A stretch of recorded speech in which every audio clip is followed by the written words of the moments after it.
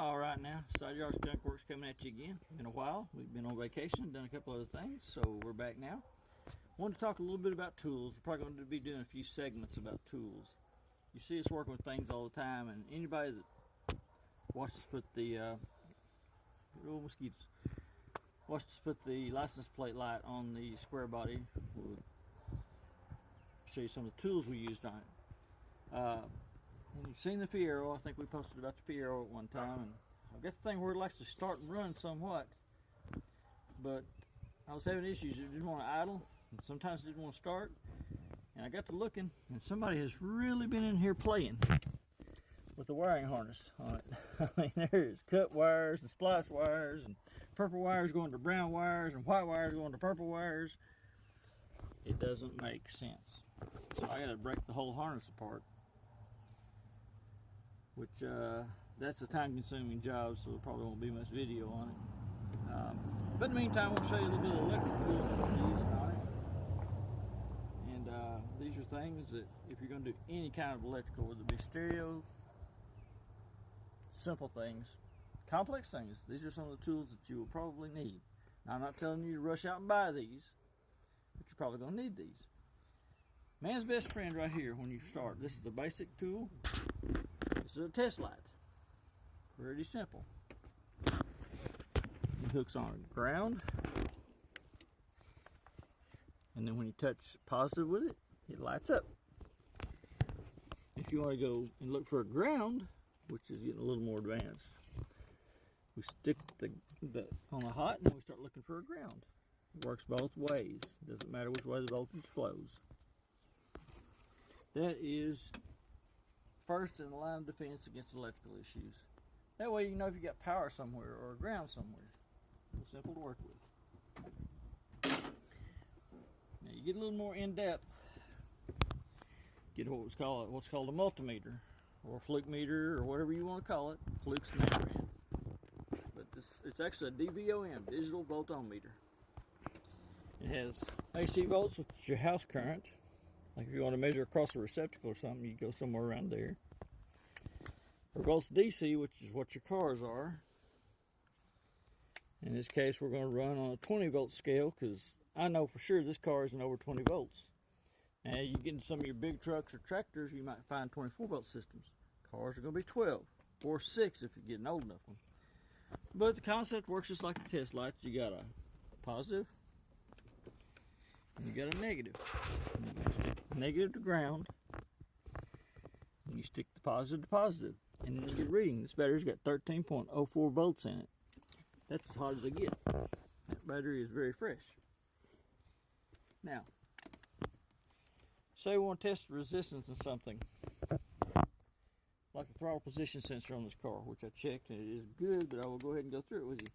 So we're going to turn this thing into 20,000 horseshoes, 20K horseshoes, or ohms in this case. Now what we're going to do, right now it's showing wide open, right? It shows wide open circuit, no contact. But to test, you put the two leads together and it goes to 0. Take it back and it goes to open. Now, what we need to do here is test the ohms in this little sensor. And this is just an example. As you'll notice, it's sitting at 22.69.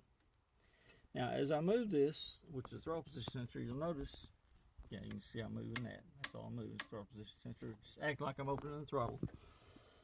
You'll watch it sit at 2.69, and as I go up, it goes up with me. The wider open the throttle gets, the higher the number gets. Except for, pardon me, I had that backwards. The more wide open throttle I get, the lower it gets. So if you'll notice, we're starting at 2.69.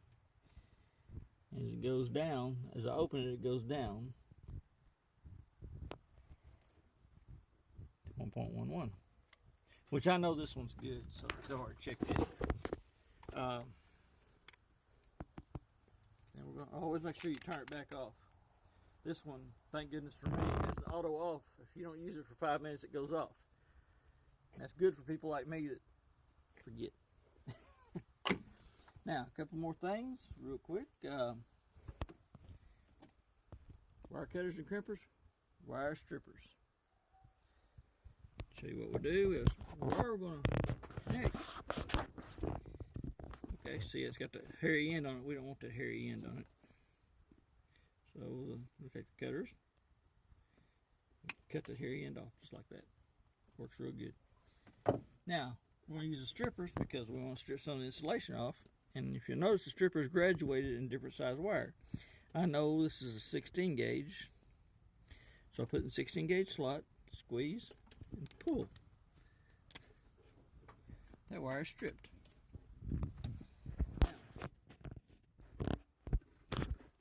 This is what we call a barrel connector or a butt connector, which is actually for a 12 gauge, but we can make it work on the 14. You stick it all the way up into the metal part. You take your crimper, and if you'll notice, there's a jaw right there. A little loop, a little jaw that complement each other. You stick it in there, and you squeeze it down, just like that. You got a good connection. Now, wire crimpers, wire strippers. You can actually crimp with this. It's got the little nub in there too. I'm not real happy about that because you don't get near as much torque on it. Unless you just got the grip of Popeye, the Sailor Man, because you ate your spinach. This might not be good for you. Bigger, longer handle ones. Caution.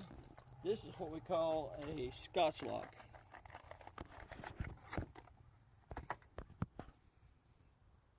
Looks pretty simple. You stick a wire in there, stick a wire in there, and you take your pliers, and you can use regular pliers for this, and you push that down into the wires, and this snaps over it. Wire connection. Poo-poo. After the first time or two it rains, those corrode up, you lose contact. Only as a last resort to get you home. I don't advise using them for that. People, a lot of times you'll see these people put trailer harnesses on their trucks to plug a trailer up to. They'll use these within 2 months. No bueno. They're not working anymore. So please, for your own sanity, try not to use these quick splices. Or Scotch locks, if you will. But we're going to dig into this car, not today, but I'm going to split all the harnesses out so we can see it, and I'll